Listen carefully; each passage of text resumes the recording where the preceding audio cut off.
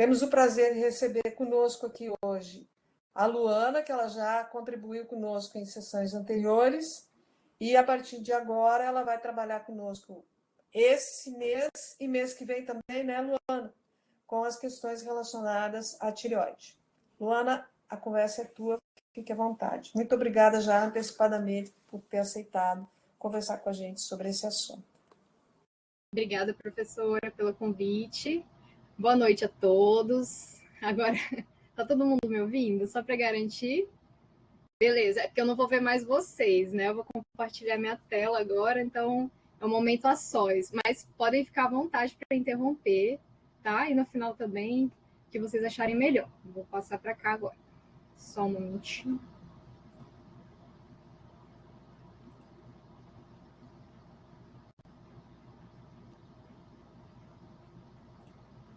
Bom, gente, boa noite. Eu sou Luana. Para quem não me conhece, eu sou médica endocrinologista. Sou formada pela Universidade Federal de Rondônia. Fiz residência de endocrinologia no HGF, em Fortaleza.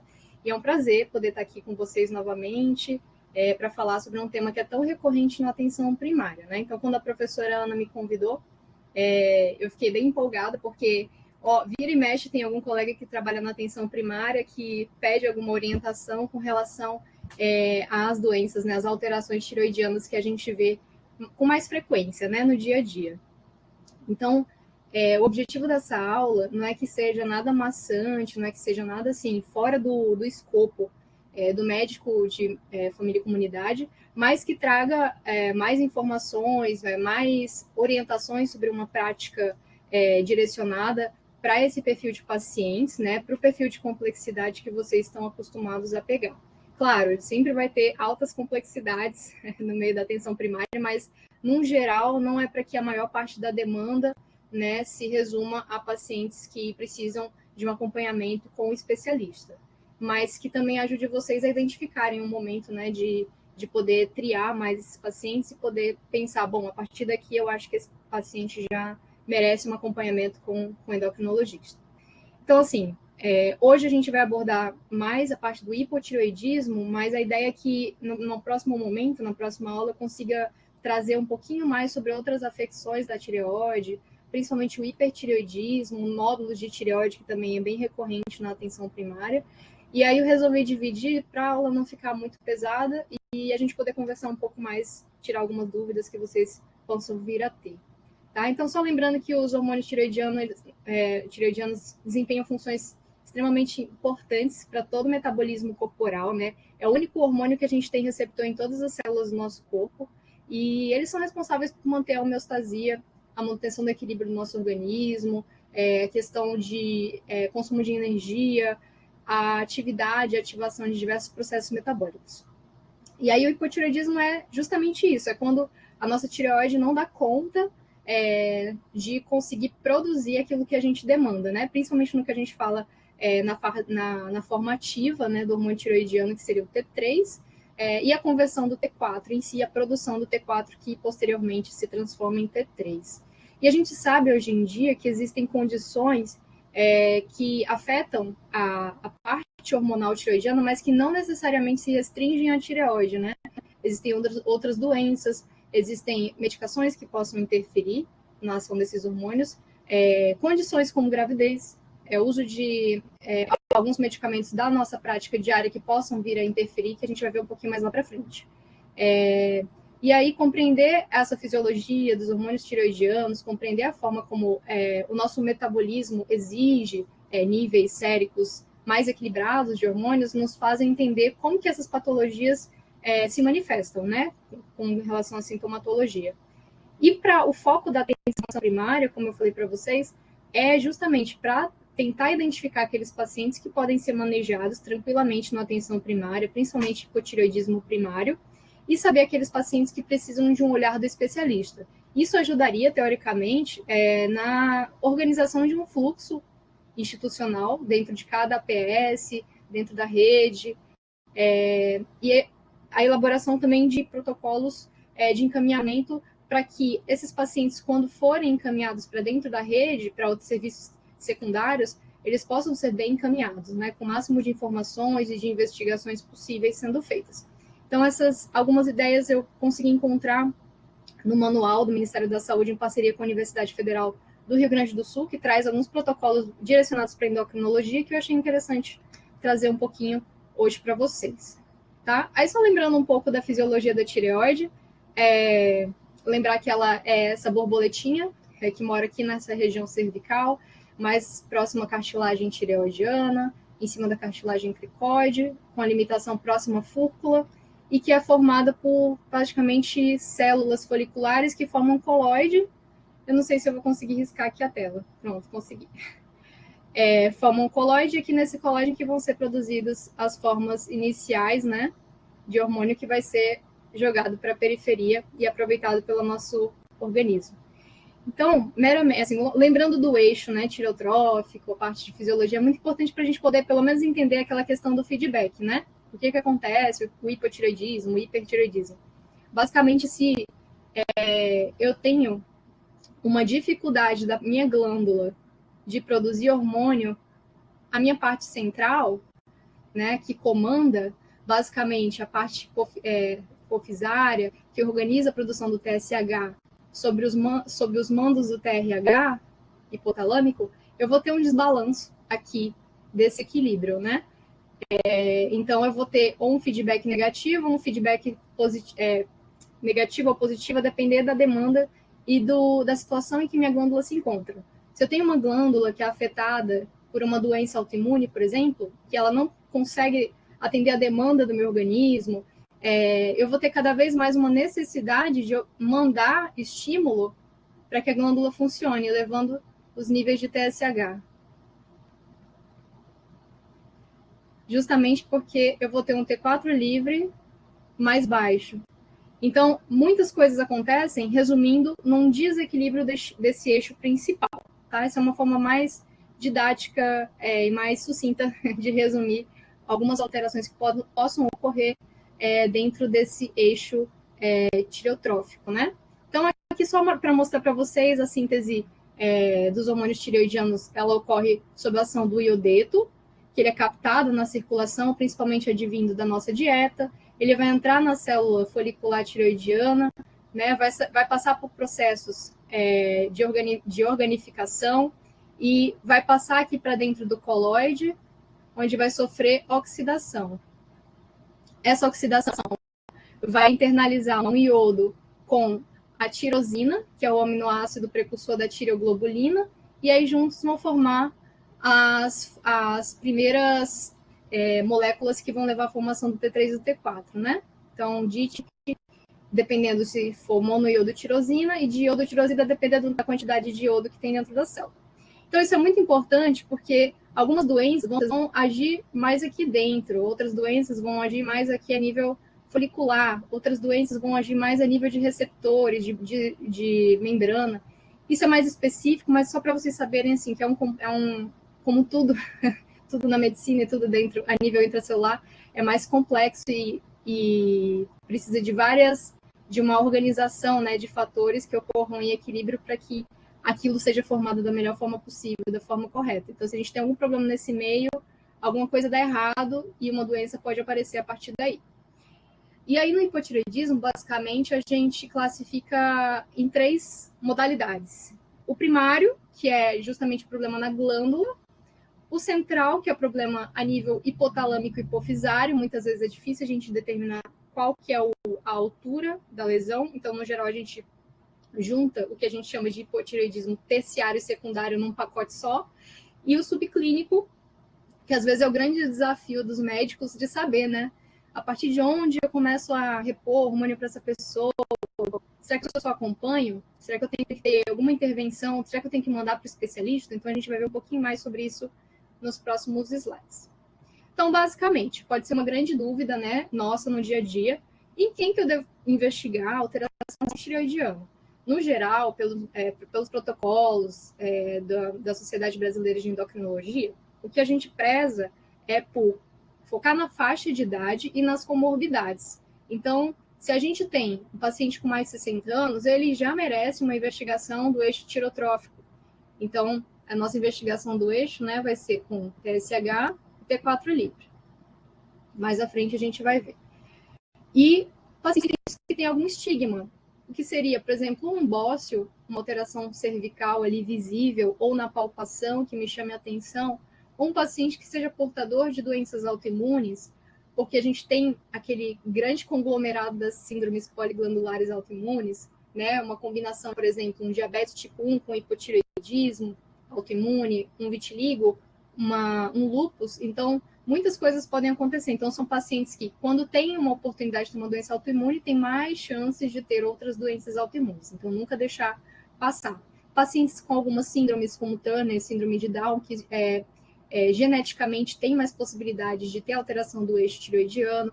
Gestantes, né, que podem ter alterações subclínicas, clínicas que se exacerbam durante a gestação, por vários mecanismos metabólicos, alterações que acontecem nessa fase. Pacientes com dislipidemia, como a gente vai ver mais lá na frente, uma coisa muito importante da gente cuidar dos pacientes hipotireoideus é o perfil metabólico que fica alterado. Então, se você está diante de um paciente que está dislipidêmico, vale muito a pena você investigar se ele tem alguma comorbidade tireoidiana por trás. Pacientes que já foram submetidos a histórias a tratamentos radioterápicos, principalmente na região de cabeça e pescoço, pacientes que já sofreram algum tipo de comorbidade tireoidiana, que passaram por tireoidectomia total ou subtotal, ou que foram submetidos a tratamento de hipertireoidismo com iodo, por exemplo.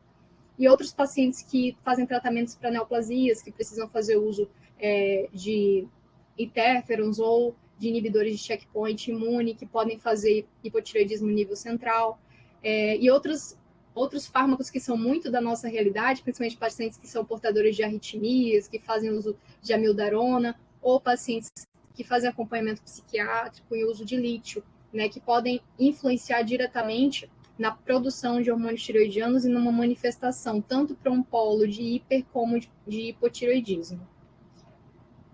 Então, só relembrando, né, o hipotireoidismo está prevalente em todo o mundo, globalmente, ele a principal afecção que leva a hipotireoidismo no mundo é a tireoidite Hashimoto, que acomete principalmente mulheres. Nas regiões endêmicas, nas regiões com deficiência de iodo é endêmico, né, o hipotireoidismo, e a gente tem que lembrar também do hipotireoidismo congênito, né, nos bebezinhos, né, enfim, passam pela triagem, o teste do pezinho, não é tão raro assim, né? A cada 4 ou 5 mil crianças recém-nascidas podem ter algum grau de hipotireoidismo congênito. E aí, só para a gente lembrar, existem algumas comorbidades, né, como eu falei, que podem estar... Desculpa os cachorros essa hora. Algumas comorbidades que levam ao hipotireoidismo primário, o central e o que a gente chama de hipotireoidismo periférico, que não é tão comum, mas que a gente tem que lembrar que existe. Então, o primário, basicamente, como eu falei, são as causas autoimunes, né? São doenças infiltrativas, são pessoas que vivem em áreas com deficiência de iodo, que não vão conseguir ter o iodeto para formular os hormônios tireoidianos, como a gente viu na fisiopatologia. Pacientes que fazem uso de fármacos, né, como a gente falou, também os que podem possuir algum distúrbio genético em alguma daqueles passos da formação do hormônio tireoidiano, seja enzimático, enfim. O hipotireoidismo central, geralmente a gente associa a algum tumor cerebral, principalmente adenomas de hipófise, ou traumas prévios, né? E o hipotireoidismo periférico, ele é um hipotireoidismo que a gente fala que existe até o consultivo, que é daquele paciente doente crítico, né, transpassando ali o eutiroideu doente, já indo para um polo de maior comorbidade, que ocorrem outras alterações corporais metabólicas que justificam a alteração na produção do hormônio tireoidiano dessas pessoas. E aqui, eu só trouxe uma diferenciação que muitas vezes a gente pode ter um hipotireoidismo pela hipofunção do tecido, como você pode também ter os defeitos funcionais na síntese, só para que vocês saibam que existe, né? Aqueles pacientes que passam por tireoidites subagudas, sejam aquelas infecciosas, autoimunes, eles podem ter uma recuperação da função tireoidiana, mas que merecem um acompanhamento por longo tempo, porque podem passar por vários polos, tanto um polo de hipotireoidismo, às vezes ele tem um grau de autoimunidade que puxa também para um hiper, como é o Graves, que também possui autoimunidade para o hipo do Hashimoto, ele já é uma entidade um pouco mais rara, mas que a gente tem que saber que existe, né, que é o Hash-Graves, e que ele vai ser mediado por anticorpos que uma hora vão se manifestar mais a sentido do hiper, uma hora mais a sentido do hipo, mas aí é mais no campo do especialista. E saber que existem os efeitos funcionais e também subsequentes ao uso crônico de medicações, como a gente tinha falado anteriormente, principalmente a mildarona, que pode também puxar pelo polo do hiper quanto do hipo. E o lítio, ele é muito interessante porque ele é uma das medicações que a gente pode lançar mão numa crise tirotóxica, por exemplo. Então, uma tempestade tiroidiana que precisa de uma cessação na produção, na conversão da forma inativa para a forma ativa, que seria o T4 T3 livres, o lítio ele é muito atuante nessa parte. Então, você imagina que uma pessoa que usa lítio por muito tempo, ela precisa fazer o acompanhamento da função tiroidiana, justamente porque ela pode evoluir com o hipotiroidismo depois de um tempo importante de uso. Na verdade, não se tem um tempo certo. Algumas pessoas evoluem mais rapidamente, outras passam a vida bem equilibrados, bem compensados, mas precisa sempre ter esse acompanhamento. Em relação aos sintomas, né? Quando a gente fala de hipotireoidismo, a gente fala que tudo tá down, tá zen, tá baixo ou tá demais, muita sonolência, o paciente prostrado, que não tem energia, né? Que ele tá produzindo hormônio tireoidiano como se fosse um urso hibernando, né? Ele tá ali só aproveitando uma calmaria e isso traz muitas consequências, né? Um bradipsiquismo, é um paciente que tem uma dificuldade para realizar as atividades do dia a dia por falta de energia, muita sonolência, pode evoluir com complicações mais importantes que a gente vai ver logo à frente, como bradicardia, uma descompensação de um IC, entre outras. Né? Então, quando a gente fala de hipotireoidismo, é o mais básico a gente lembrar, né? O paciente fala, doutora, minha tireoide me engordou.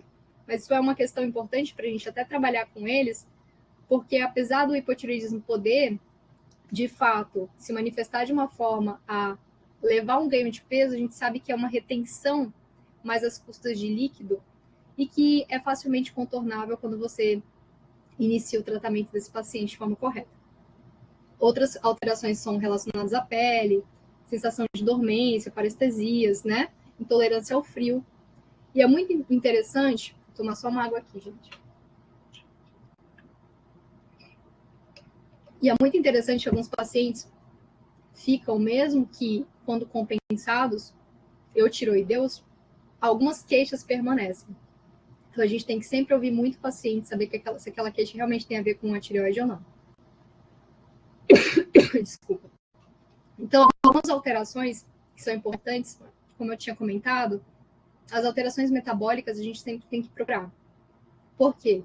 Porque o paciente com hipotireoidismo, ele tem uma alteração dos receptores de colesterol LDL no fígado. Então, eles vão ter um LDL circulante por mais tempo. Quando a gente for dosar o perfil lipídico desses pacientes, é comum que a gente veja uma dislipidemia. Nem sempre vai haver hipertrigliceridemia, mas dislipidemia às custas de LDL é muito comum. Então, a gente sabe que se a gente compensar bem esse paciente, provavelmente, se não tiver outras causas secundárias, ele vai melhorar o perfil lipídico só compensando a parte da função tiroidiana. Eu coloquei também essa sigla DHGM, que quer dizer doença hepática gordurosa metabólica, que é uma nova forma da gente falar sobre a antiga doença hepática gordurosa não alcoólica, né? É um novo termo para a gente poder direcionar mais esses pacientes com relação ao que envolve realmente o quadro deles, que seria a síndrome metabólica. Então, fica mais fácil da gente definir.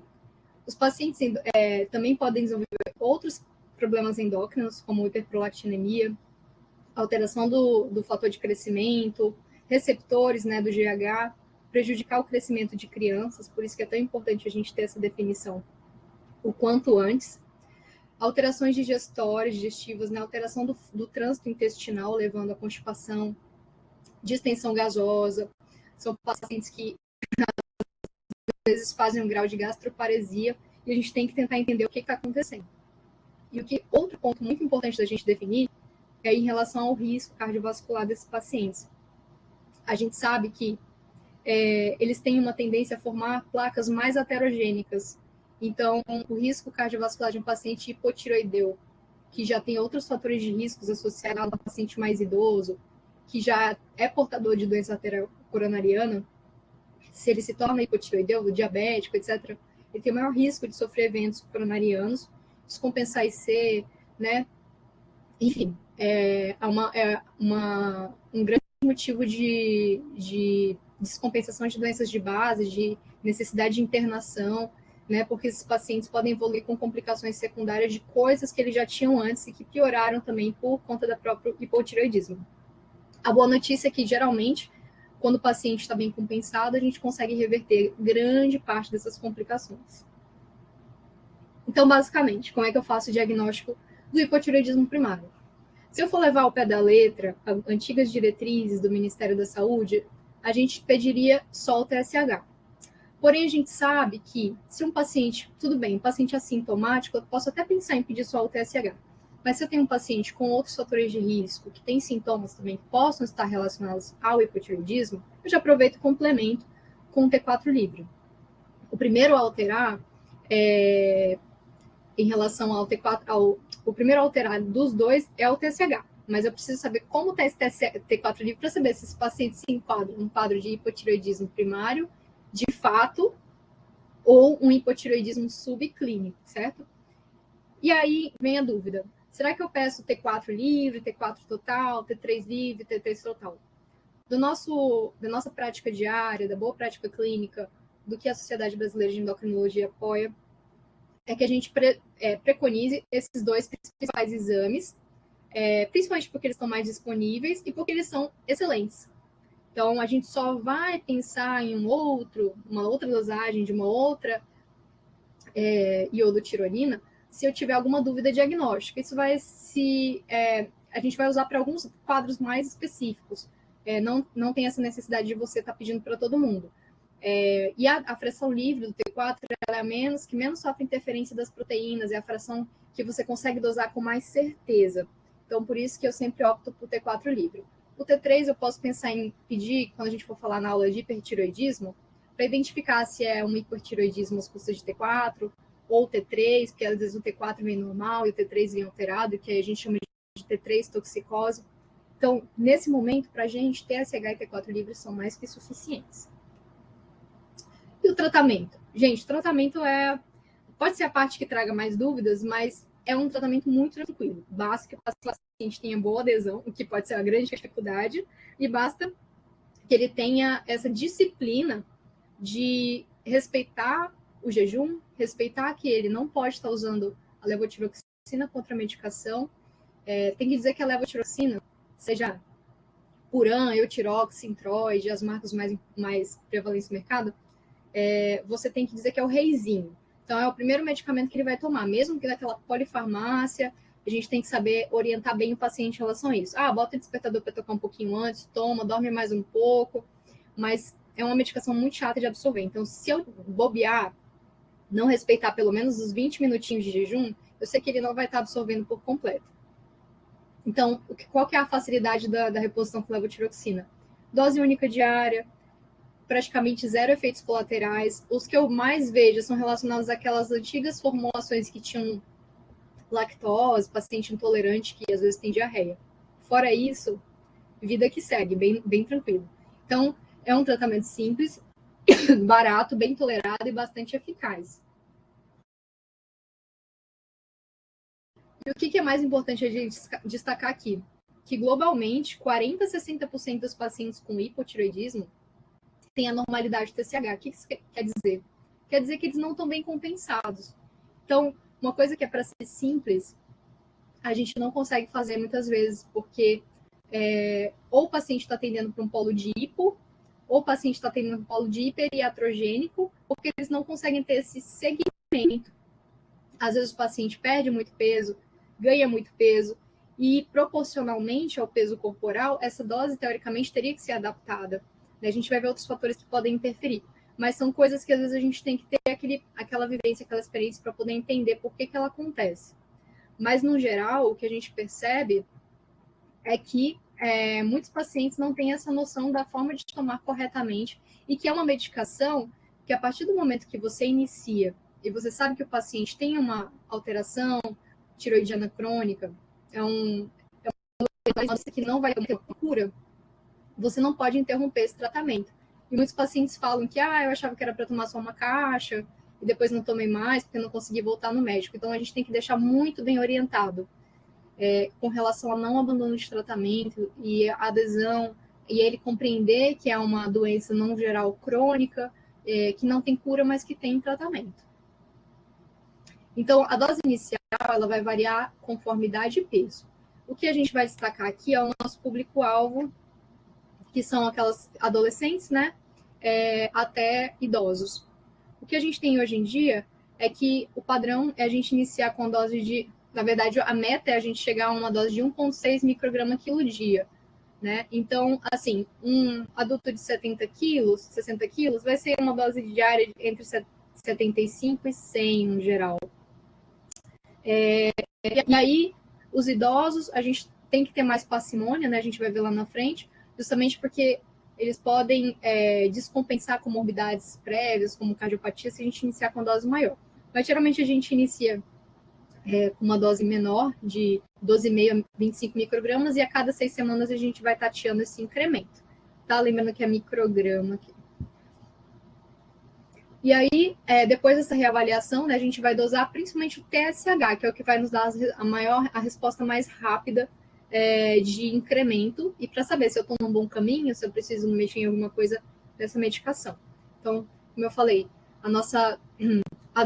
nossos incrementos e a dose inicial para idoso, né? Se a gente for lembrar de um número, é de 12,5 a 25, você não vai estar errando, tá? E qual que é o meu alvo de TSH para esses pacientes? No geral, a gente tem o que a gente chama de curva de Gauss, né? A gente tem aqueles 95% dos pacientes que vão estar aqui e que para eles a gente tem aquele valor de referência, digamos assim, que o laboratório é entre 0,5 e 2,5 de TSH. A maior parte vai estar aqui. Mas se eu não sei previamente quanto era o TSH bom para ele, às vezes eu vou ter uma dificuldade, ele vai me falar assim, doutora, estou sentindo um pouco de preguiça, mais que o normal ainda, mesmo ele estando com TSH na faixa. Então, às vezes, é porque para ele aquele valor não é ainda o ideal, mas isso é uma coisa que a gente vai fazendo no ajuste fino, vai sentindo na prática. Então, no geral, para eu saber se eu estou indo num bom caminho ou não, eu vou pela idade e o nível de TSH que eu espero para esse paciente. Mas o valor de referência do laboratório é diferente, ele não vai levar em consideração, não tem esses valores aqui tão fixos. Tem um laboratório que o TSH normal é de meio a 2,5, tem um que é de 1 a 5, mas a gente leva em consideração, no geral, esses números mesmo que a própria diretriz nos traz, para que a gente possa, pelo menos, se guiar. E aí a gente vai combinar o TSH com o T4 livre dentro da normalidade, saber se o paciente melhorou os sintomas, e aí, a partir disso, a gente sabe que está indo no bom caminho ou não. Então, eu levo em consideração também a questão do paciente idoso. Hoje em dia, você tem um idoso com TSH um pouco mais alto, a gente sabe que se trata de um fator protetor. Eu não vou querer que ele fique com níveis de TSH de um jovem de 20 anos, mas eu também não vou querer que ele fique descompensado. Então, pelos estudos, pelas revisões de meta-análise, por tudo que a gente tem mais novo, a gente sabe que manter valores entre 4 a 6 é o ideal para pacientes idosos, principalmente acima dos 70 anos, que muitas vezes a gente não vai nem interferir se for um hipotireoidismo subclínico. Mas, se é um paciente que previamente já fazia tratamento, eu vou manter ele na meta, certo? E um paciente ali entre 20 e 60 anos, eu vou manter ali no geral que a gente já está acostumado a ver, que é um TSH entre 1 e 2,5 com T4 livre dentro do valor de normalidade. Então, as dicas valiosas aqui eu trago da minha vivência, de como orientar alguns pacientes e algumas coisas que eu vejo que assim, ajudam a reforçar a adesão, né, deles ao tratamento. Então, é algo até discutível hoje em dia falar sobre marca de medicamento. Parece até conflito de interesse, mas não é, porque a gente sabe que cada hormônio ele é sintetizado de uma forma diferente por cada laboratório e que aquelas microgramagens que cada marca tem são muito específicas e são muito discretamente diferentes umas das outras. Então, se o paciente se dá bem com Puran, está bem equilibrado, está tudo certinho, ele usando o Puran, o TSH dele está no alvo, ele não tem sintomas, eu não vou falar para ele chegar no outro mês e trocar para o Eutirox, porque eu tenho risco de não estar chegando naquela dose-alvo da mesma forma que eu estava com outra marca. Mas o que a gente vê muito, que eu até trouxe um print aqui do Pharmapub, é que, primeiro que a gente não tem aqui na rede básica levotiroxina de todas as apresentações, e no geral é a forma genérica. Minha grande crítica aos medicamentos genéricos, principalmente em relação a hormônios, é justamente esse cuidado que se tem no refinamento, na forma como ele é produzido. Que bom que hoje em dia eles são mais acessíveis. Hoje a gente encontra uma caixinha de levotiroxina de marca por cerca de 10, 15 reais, mas que para alguns pacientes, infelizmente, fica difícil mesmo assim. Então, infelizmente, é uma dificuldade de abastecimento que a gente tem não só aqui em Porto Velho, mas em várias cidades no nosso país. Eu já dei uma pesquisada e realmente não é todo lugar que é abastecido, né? Então, vamos contar que o paciente tem a medicação à disposição e eu vou reforçar aquela questão de orientar o jejum, né, de 30 a 60 minutos, e aí sim ele esperar para ingerir outro medicamento ou para ele comer. O que pode acontecer? Às vezes um paciente faz uso de um bifosfonato, por exemplo, que é muito, muito pior para absorver do que uma levotiroxina. A sorte é que o bifosfonato pode ser uma vez na semana, uma vez no mês. Então, eu posso negociar ali com ele que naquele dia em que ele tomar o medicamento para osteoporose, o alendronato, ele vai tomar primeiro o alendronato, aí ele vai esperar 1 hora, vai tomar o Puran, meia hora depois ele pode comer. Então, esse é um dia que ele vai ter que negociar ali um horário para tomar café, para organizar a casa, vai fazer alguma coisa para passar o tempo.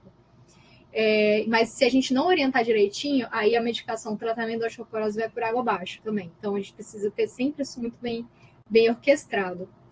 E aí, outra coisa interessante também, que muitos pacientes chegam no consultório sem saber, é que se eles esquecerem de tomar a medicação num dia e lembrarem mais tarde, por exemplo, eu lembrei só depois do almoço, eu vou deixar umas 2, 3 horinhas depois do almoço para meio que simular um jejum, aí eu oriento ele a tomar, espera uma meia horinha, né? E aí pode se alimentar ou tomar outra medicação de novo. E se caso ele só lembre no outro dia que ele esqueceu de tomar, eu oriento que tome a dose dobrada. Não vai dar nenhum efeito colateral, isso é mais para que a gente possa manter os níveis plasmáticos mais equilibrados da medicação.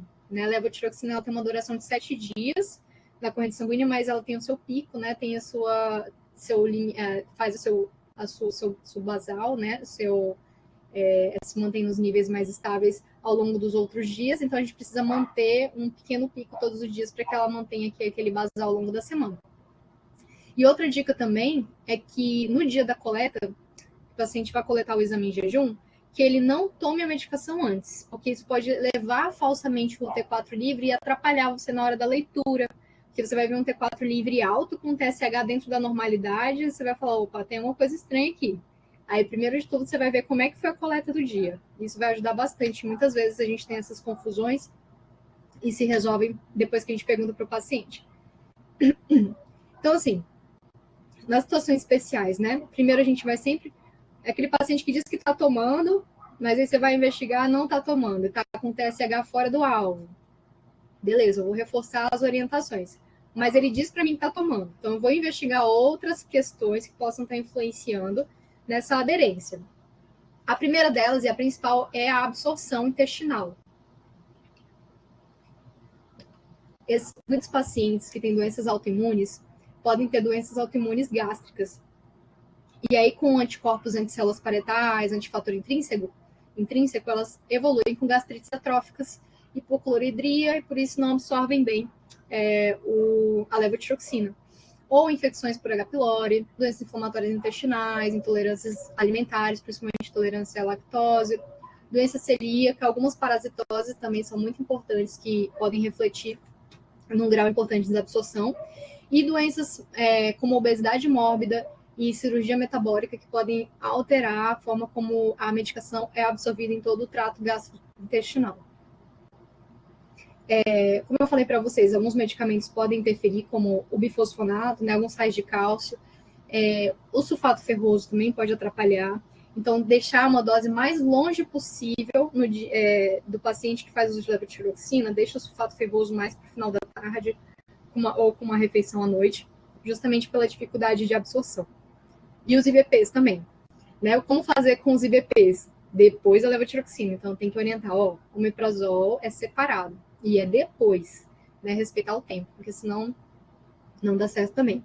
E outra, só uma curiosidade da gravidez, que depois a gente pode abordar numa outra aula, é que por conta das deiodinases, que são enzimas conversoras de iodo e que, no final das contas, vão levar a uma diminuição da conversão periférica do T4 no T3, que é a formativa do hormônio tireoidiano, essa ação placentária faz com que a gente precise de doses mais altas de levotiroxina para a gestação.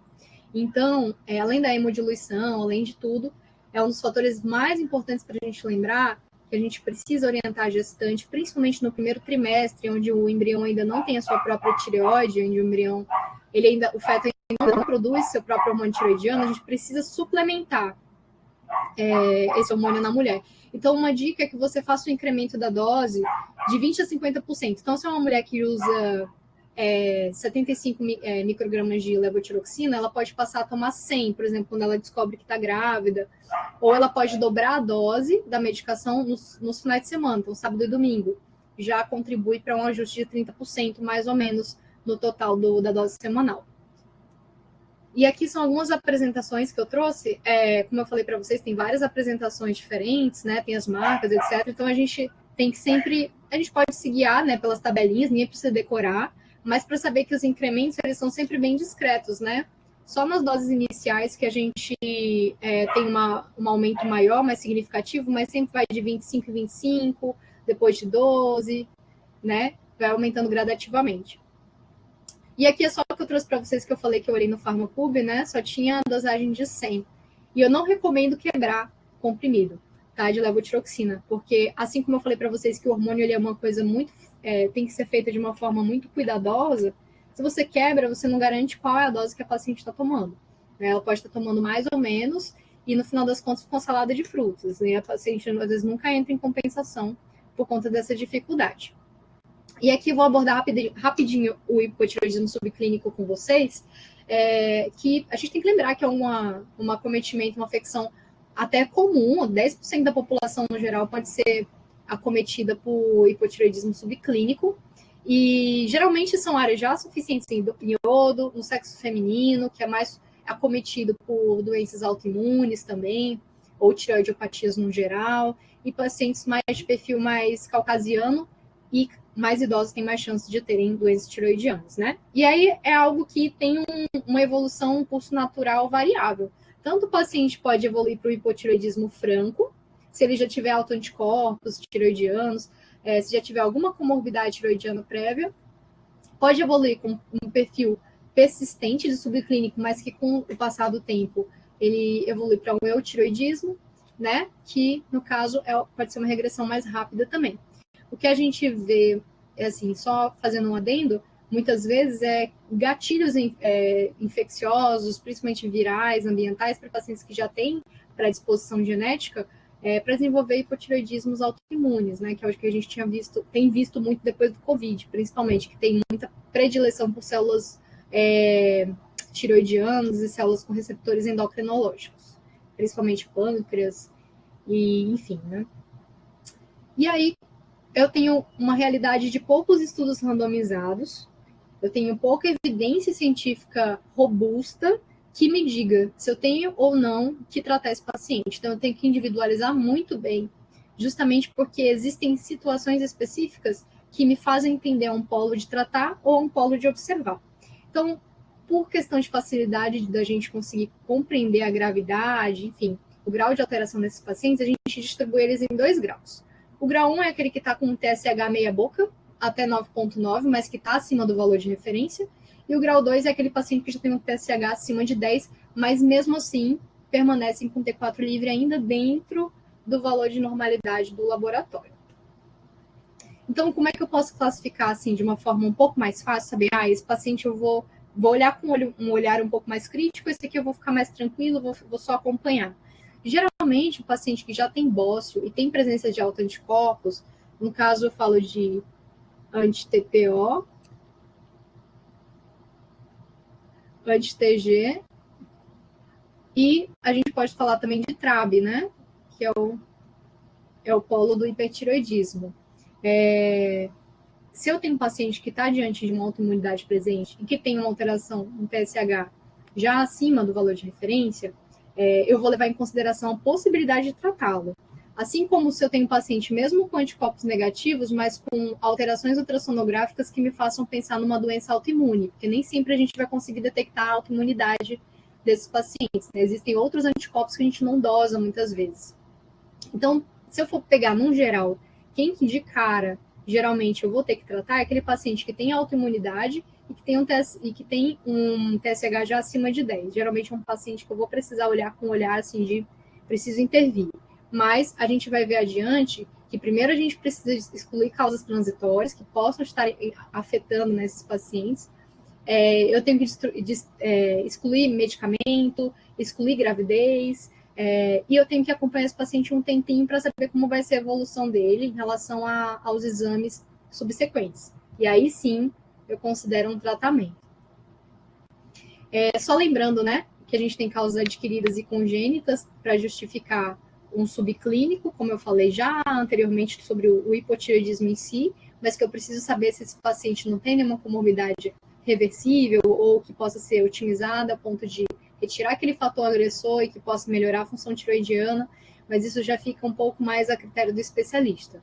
O que é importante vocês observarem é que o que eu falei lá atrás sobre o LDL, os receptores que ficam alterados no hipotireoidismo, é que se eu tenho uma síndrome metabólica, principalmente uma dislipidemia associada a um grau 2 de hipotireoidismo subclínico, eu preciso ficar de olho e atenta que isso pode ser um fator de aumento de risco cardiovascular para esse paciente.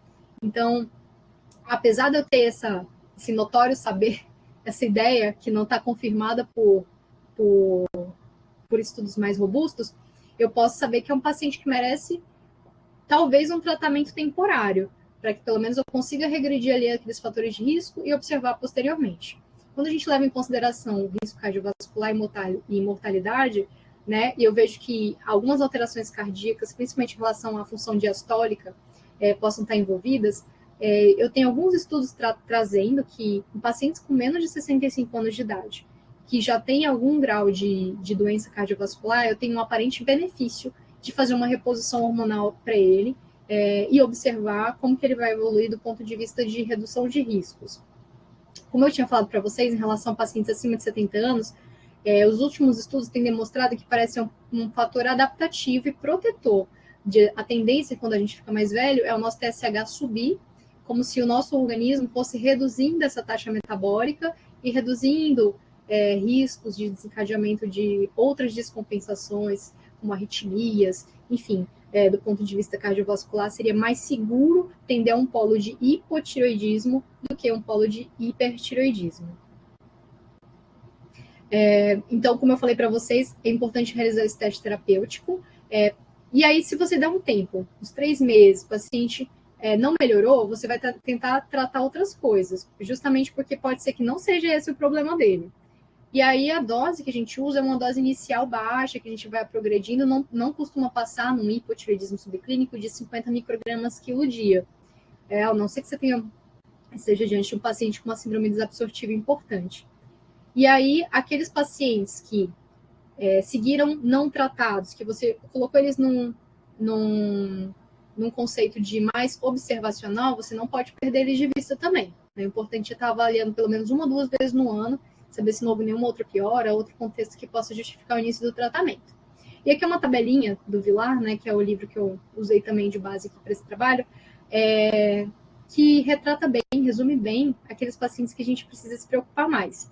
Então, aqueles com o hipotireoidismo subclínico grau 1, como eu comentei, em relação à idade, em nenhum há indicação de tratamento, se a gente for levar em consideração só o nível de TSH, né? Aqueles pacientes mais jovens, até os 65 anos, e que são sintomáticos, que têm anticorpos positivos, e que têm um TSH que sobe a cada momento que você redosa, vale a pena você considerar o tratamento, tá? E aqueles que estão ali nos níveis entre 7 e 9,9 são mais sintomáticos, têm doença cardiovascular pré-existente, são diabéticos, né? Dislipidêmicos prévios, com alto risco de complicações, você também pode considerar tratamento. E aqueles pacientes grau 2, sejam eles com menos de 65 anos ou mais de 65 anos, você sempre vai considerar tratar principalmente se são pacientes que têm outros fatores de risco na jogada.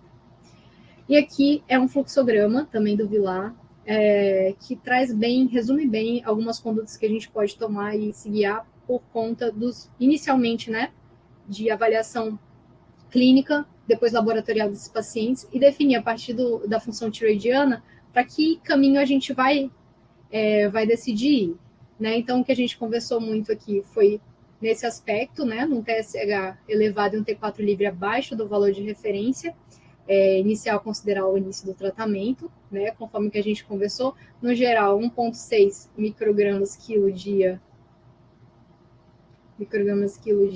é o tratamento, a dose ideal, lembrando que a gente não precisa começar com a dose cheia sempre, né, a gente pode iniciar paulatinamente ir aumentando, por exemplo, o paciente que não tem comorbidades prévias, saudável, pode começar já com uma dose de 50 e a cada 6 semanas você vai tateando.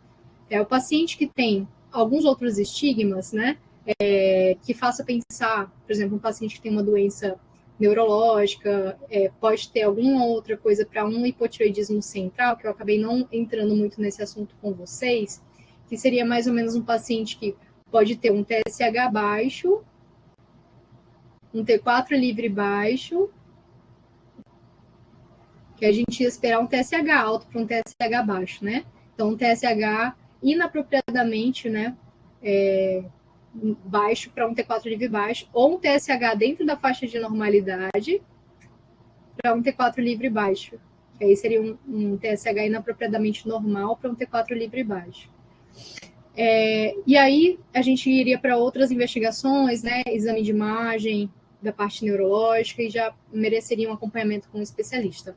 Então, o hipotireoidismo subclínico é o que a gente conversou, do TSH aumentado para um T4 livre normal, mas eu vou considerar individualizar a partir do grau do TSH e a partir da idade e comorbidades desse paciente, para saber se eu vou iniciar a levotiroxina ou se eu vou acompanhar. E aí outras questões que podem ser avaliadas ao longo das outras consultas, se há necessidade ou não de se encaminhar para um especialista.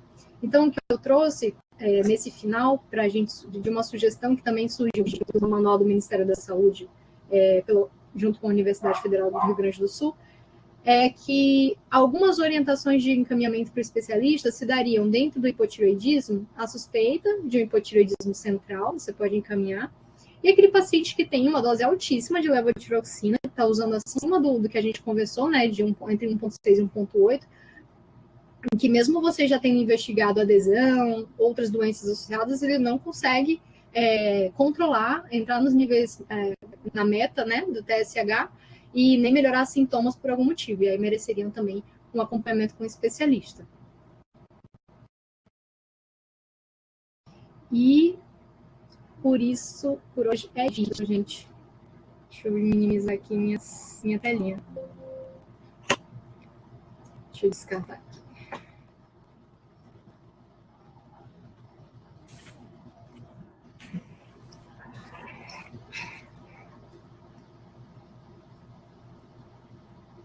Bem, alguém quer fazer algum comentário? Não? Alguma dúvida? Também não? Gente! O professor Luiz Marcelo mandou uma mensagem, disse que estava ruim lá na internet. Isso. E perguntou se vai ficar gravado para ele poder assistir depois e agradecer. Vai sim, a gente vai disponibilizar o link. Eu espero que possa fazer isso ainda hoje, se não amanhã pela manhã disponibilizo o link da gravação pelo YouTube. Tá bom? Luana, gostaria muito de agradecer a tua disponibilidade e é sempre um prazer ouvir você, é sempre legal ver assim, quanto que as pessoas podem contribuir, principalmente nessa perspectiva de como lidar com as questões que parecem ser super especializadas, mas que podem e devem ter a sua, digamos assim, introdução dentro da atenção primária. Muito obrigada pela tua colaboração, pela tua participação. Eu queria fazer pergunta. Sim, vou contar. Obrigada, professora. Tem alguém que acha que é Paula? Obrigada, Luana, pela aula. Eu já não sei se você lembra de mim, eu já conversei com você outras vezes sobre uma paciente que eu tinha, sempre muito solícita, para tirar Sim, as Paulo. dúvidas. Minha dúvida é referente a paciente de hipotireoidismo de origem central, no caso, um paciente que fez tireoidectomia, né, por CA de tireoide. A tireoglobulina, a partir do segmento, a tendência dela é diminuindo? O Quando é paciente... que a gente tem? Ela teve câncer na tireoide, e aí retirou a tireoide, e aí a minha dúvida seria se o ideal era que realmente fosse diminuindo os títulos da tireoglobulina. A Sim, tendência é essa, né? já é mais uma pegada mais de especialista mesmo, né, Paulo? O câncer de tireoide, principalmente os diferenciados, né? A gente tenta manter uma tireoglobulina mais baixa, e a antitireoglobulina também a gente... Porque, assim, a tireoglobulina, ela reflete os restos de tireoide que tem ainda no organismo. E aí você vai basear nisso, saber como foi o grau de invasão dessa neoplasia, para saber se ela vai precisar passar por ablação, né, radioiodo, para complementar a tireoidectomia. Mas aí a gente tem algumas tabelinhas de níveis que a gente segue, tanto da tireoglobulina quanto da antitireoglobulina, para saber os alvos de TSH. Então, se é um paciente que tem um risco aumentado para recidiva de doença, a gente tenta manter um TSH mais supresso, quase um hipertireoidismo mesmo, iatrogênico. Se é um paciente que tem uma boa resposta bioquímica, enfim, de imagem, a gente mantém os níveis mais perto do normal. Então, vai depender muito da classificação, qual foi o subtipo de neoplasia que ela teve. Então, isso é mais uma pegada mesmo do especialista, porque é aquela coisa que tem que ficar vendo e revendo, né, tabelinhas que a gente tem para saber se está no alvo ou não. E aí, em relação a esse, no caso, seria paciente totalmente tireoidectomizado, né? Sim. E aí, orientar bem em relação a essa dose, que ele não pode nunca abandonar, justamente porque ele não tem mais tireoide, tem paciente que não tem essa informação, né, de que não pode suspender, e ficar vigiando sintomas, sinais de recidiva de doença, né, por isso que o acompanhamento a cada 6 meses é muito importante. Então, essa paciente em questão, ela teve um diagnóstico, foi totalmente assintomática, né, ela foi na nutricionista para fazer exames, porque esse povo quer emagrecer, vai no nutricionista, faz exames, aí vem com o médico, né? Aí deu uma testosterona que para mim ainda estava normal, né? Mas ela vai na endócrina. Fez ultrassom, que a endócrina vai falar, não tem indicação, mas vamos fazer. Fez, aí tinha um câncer, fez a retirada, fez a iodoterapia, e aí às vezes tem dificuldade de retornar com o endocrinologista, aí me mandou, eu falei, e agora? Para mim, aparentemente está normal, só que aí eu vi que nos primeiros exames, né, o anticorpo estava bem aumentado e deu uma reduzida bem significativa. Aí eu fiquei, será que o da tireoglobulina manteve um padrão, só que da tireoglobulina deu uma descida bem significante. Eu falei, bom, se baixou, quer dizer, eu acho que é um fator positivo, né? Mas eu fiquei na dúvida ainda. Provavelmente. E aí mas o paciente já conseguiu passar daqui 3 meses. Aí eu falei, opa, casou. Dúvida. Mas sim, essa parte de nódulos, de CA é bem mais específica, mas assim, se você tem uma tendência a aumentar os marcadores, a gente tem que ficar de olho se não é um sinal de recidiva de doença, principalmente em relação à tireoglobulina, né? Não, dela baixou. Então ótimo. Tá ótimo. É um bom prognóstico. Então tá bom. Muito obrigada mais uma vez. Nada, Paula. Precisando. Obrigada. Boa noite. Boa noite.